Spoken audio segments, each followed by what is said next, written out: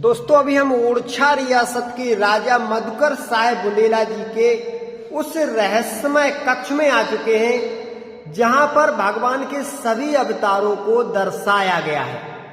अगर आप गौर से देखोगे तो राजा मधुकर साहेब बुंदेला की जो 8 रानियां थीं, हर एक रानी के कक्ष में भगवान के सभी अवतारों की जो झलक है वो देखने को मिलती है, क्योंकि राजा मधुकर साहेब बुंदेला भगवान श्री कृष्ण के बहुत अनन्य भक्त थे।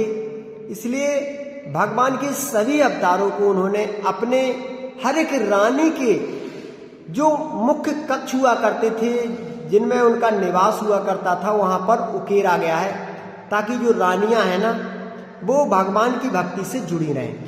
यहाँ पर सामने अगर आप देखोगे तो सामने आपको दिखाई दे रहा होगा समुद्र मंथन।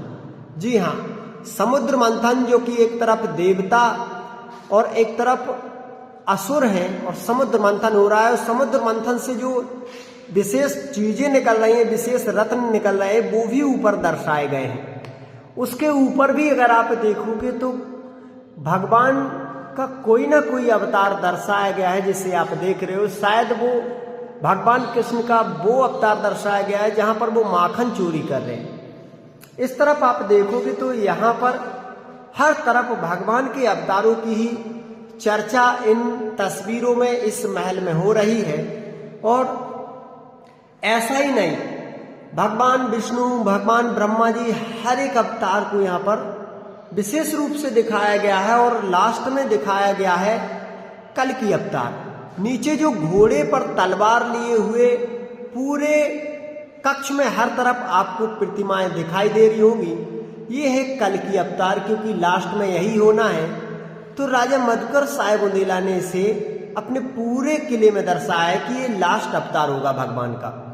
यहाँ पर भगवान श्री राम जी को दर्शाया गया है, जहां पर एक तरफ भगवान श्री हनुमान जी महाराज, सुग्रीव महाराज जी खड़े हुए हैं, तो उस तरफ अन्य और भी जो विभीषण के संगी साथी हैं वो खड़े हुए हैं। टोटल ऐसे ही अवतार इस पूरे कक्ष में आपको देखने को मिलेंगे। कक्ष की सुंदरता को देखकर एकदम से मंत्रमुग्ध हो जाते हैं लोग। विशेषकर यहाँ पर देख लीजिए तो यहाँ पर भगवान के किस अवतार को दर्शाया गया है वो देखते ही बनता है। देवता, ऋषि मुनि, हर एक प्रतिमा आपको उस समय की दिखेगी जो 500 से 600 साल बाद भी आज इतनी खूबसूरत दिखाई पड़ती है कि ऐसा लगता है कि आज ही ये प्रतिमाएं बनाई गई हैं। दोस्तों, राजा मधुकर साहेब बुंदेला इतने अनन्य भक्त